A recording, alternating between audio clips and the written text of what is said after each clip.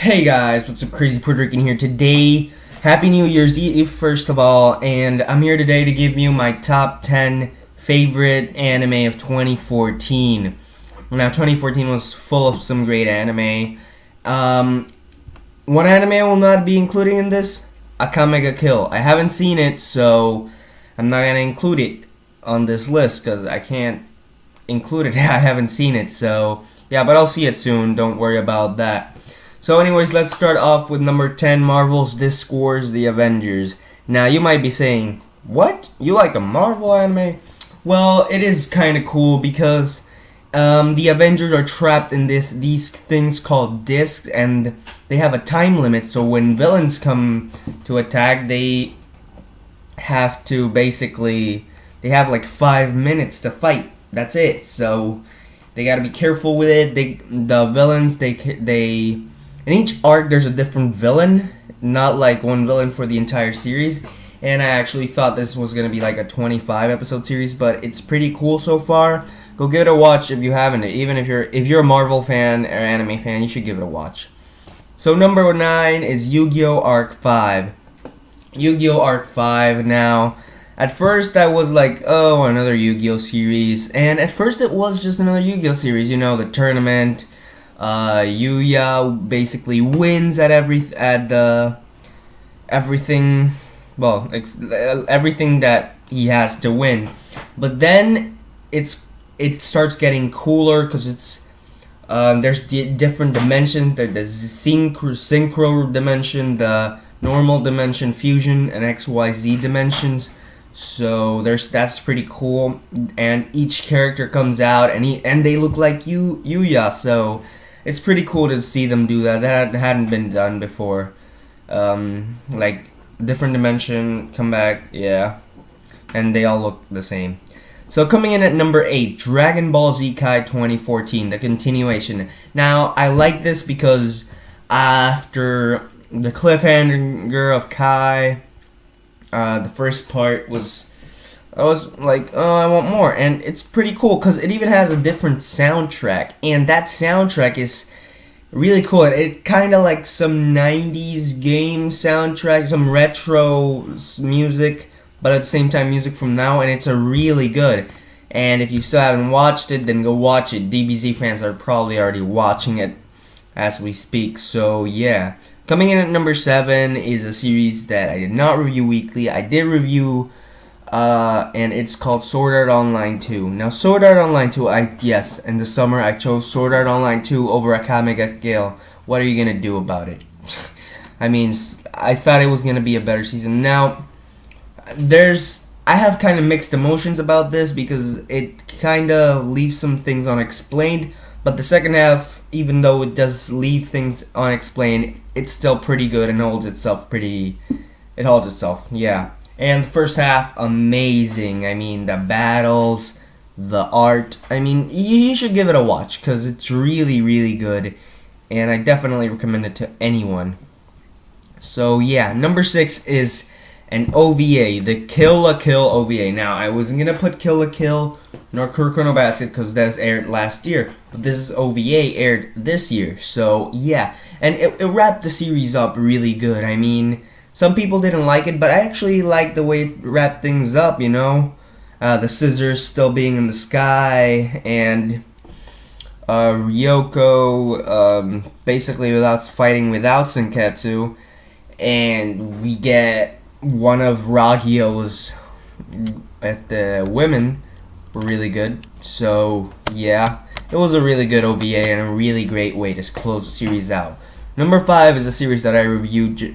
And then I started reviewing weekly, but I left it aside and then reviewed the complete series. It's called Black Bullet. Black Bullet animation. The animation of Black Bullet is amazing. The story is just really good. You're gonna like it if you watch it. It's full of lollies, yeah, but I honestly don't care because it is really, really good. And I mean, if you haven't watched it, go give it a watch. It's 12 episodes. It's worth your time. And the story, you're gonna love it, especially if you're into gore, sci-fi, like that. You're gonna like it. Coming in at number 4 is from the fall season. I'm currently reviewing it. It's Nanatsu no Taisai, aka The Seven Deadly Sins. Now, this is the only fall anime I decided to watch because I had my eye on it for a while, and it's actually really good. It's kind of like The Seven Deadly Sins, but in a more comical way instead of being all serious and stuff. I mean, they do take themselves pretty serious at sometimes, but you know, they are pretty funny. They're comical, and there's some really badass scenes. In just the second episode, they had this scene that was amazing between Gil Thunder and Meliodas. So yeah, and it's kind of like the Kill Third episode. That battle between Satsuki and Ryoko was really good.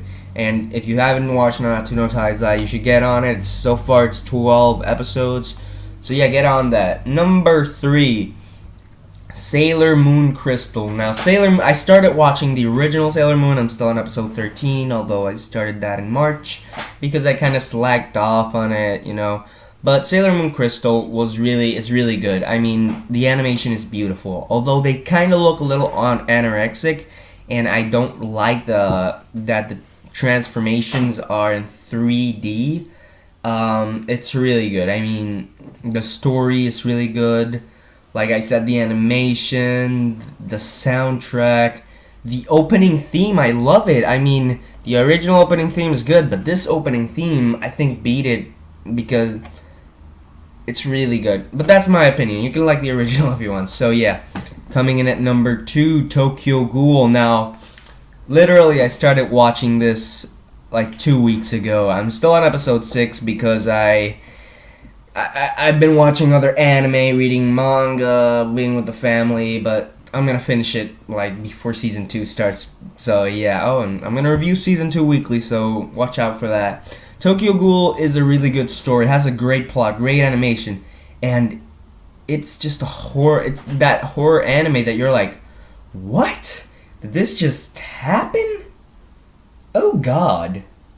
It's really good, and I'm gonna have full series review, so I'm not gonna talk much about it right now. Like I said, animation, the battles are really good so far. So yeah, go give it a watch if you haven't, because Tokyo Ghoul, hell yeah! I didn't know what I was missing out on.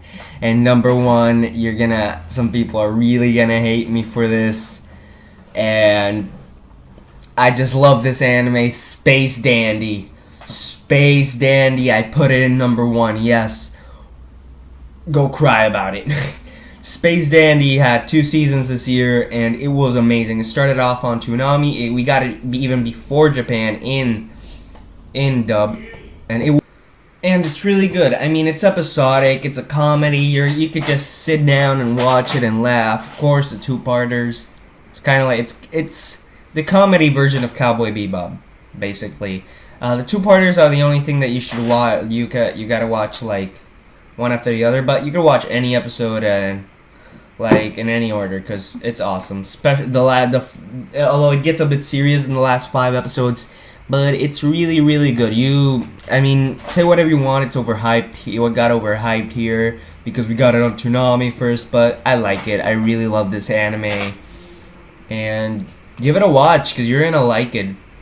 I mean, when the name of the restaurant they go to every day is called Boobies, you have to watch it. I mean, come on, and you're just gonna love it. So yeah. So tell me your top 10 or top 5 favorite anime of 2014 in the comments below. Remember to subscribe and have a happy new year. Later, guys.